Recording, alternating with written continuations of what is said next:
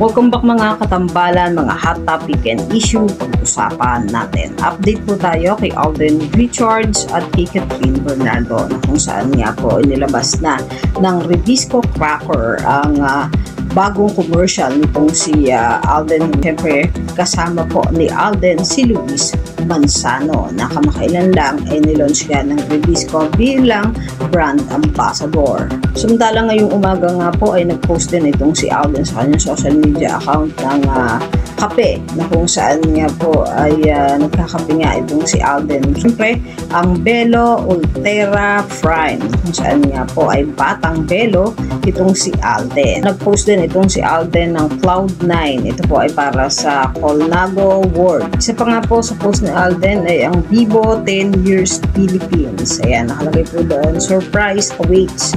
Ayan, para po sa Vivo Philippines. Samantalang si Catherine Bernardo naman po, ayan, nasa photoshoot nga po ito para naman po sa kanyang endorsement. Ayan, nakalagay doon, endorsement photoshoot, Catherine Bernardo. Samantalang si Catherine Bernardo naman po ay nasa Techmania TCL Coolest Fest. Ito po ay gaganapin naman sa Mall of Asia Arena sa June 28 ng 4 p.m. At kasama po niya dito ay ang mga content creator na sina Charot at Jo Marie Angeles. Ito po ay para naman po sa TCL Cool Fest sa June 28. Yan po yung mga update natin kay Alden at kay Catherine. Kayo mga katambalan, ano ang masasabi nyo? Mag-comment lang sa comment section, pag-usapan natin.